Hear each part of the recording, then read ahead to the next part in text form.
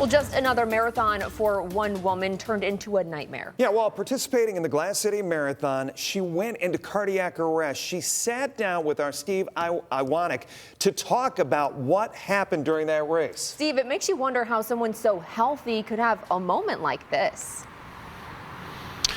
Yeah, it does indeed, Jeff and Kaylee. What a surprise it was for Nancy Wells, a native of Avon, Ohio. This is a woman who has ran 41 half marathons and 24 full marathons in her lifetime.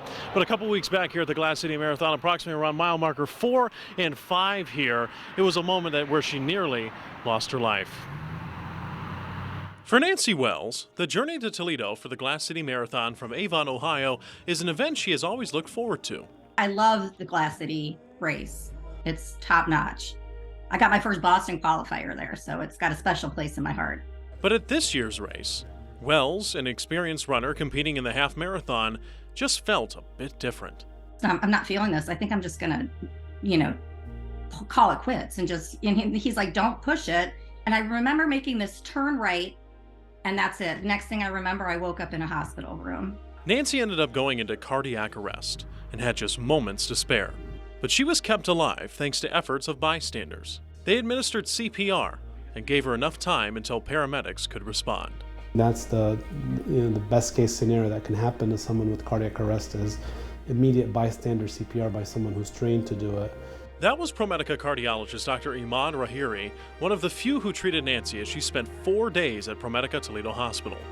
For Rahiri, seeing such a healthy person have a heart attack and then bounce back is a pleasant surprise. The fact that she was able to come back and have intact brain function and heart function is definitely something she is going to cherish for a long time. Rahiri shared that 90% of cases involving out-of-hospital cardiac arrest result in death. So for Nancy and her husband Scott, they are lucky, especially after the couple, just a day before the race, celebrated their 28th wedding anniversary. The gratitude is unbelievable. We can't thank the people enough for what they've done to help save Nancy's life. Literally saved her life out there in the race that day. Nancy now has to wait a year until she can race again, but she has her sights set on returning to the course, right back here in Toledo. I can't think of a better race to come back than the Glass City half.